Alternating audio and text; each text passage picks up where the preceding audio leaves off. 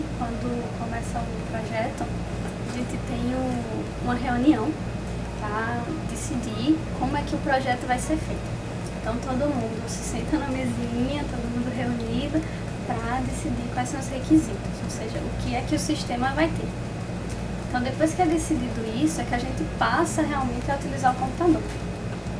Depois que fez todos esses requisitos, a gente vai para o computador, explica todinho em linguagem de programação o que o sistema vai ter, e só depois é que a gente pode utilizar a placa para fazer teste.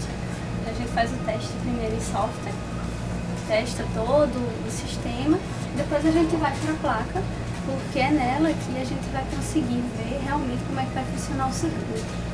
Porque o circuito ele tem alguns atrasos que ele não é analisado em software. Então, por isso que a gente precisa da placa para fazer os testes. E depois, se for para ser feito realmente no chip, o que é feito?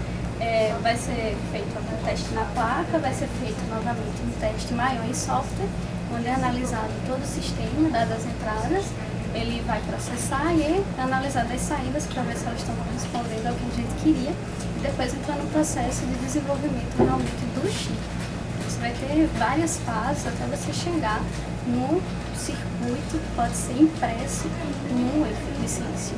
Durante o projeto eu não estou só fazendo uma coisa, existem várias coisas para ser feita. Inicialmente a gente tem que fazer a documentação do projeto, que é a fase do alto nível.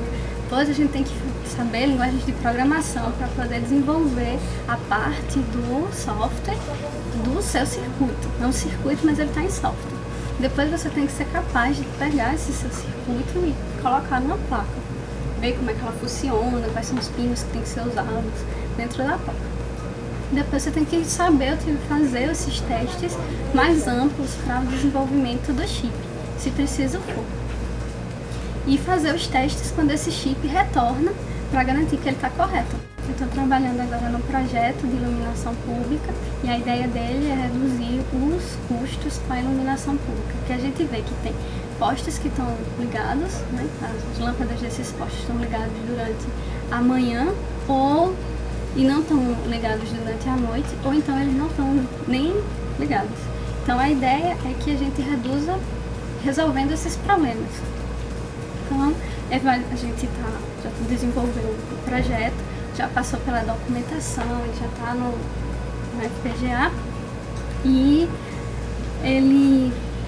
ele vai fazer tudo isso de que forma?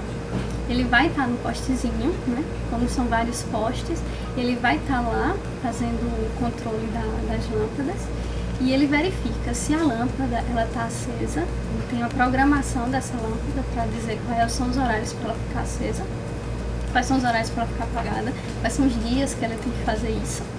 E também, se ocorrer qualquer erro, ele vai enviar avisando para uma central uma mensagem que indica: essa lâmpada aqui não está funcionando corretamente, aconteceu um problema. Então a central vai lá e corrige. Então a gente vai ter uma redução do gasto, porque a lâmpada ela vai estar sempre sendo monitorada durante todos os dias.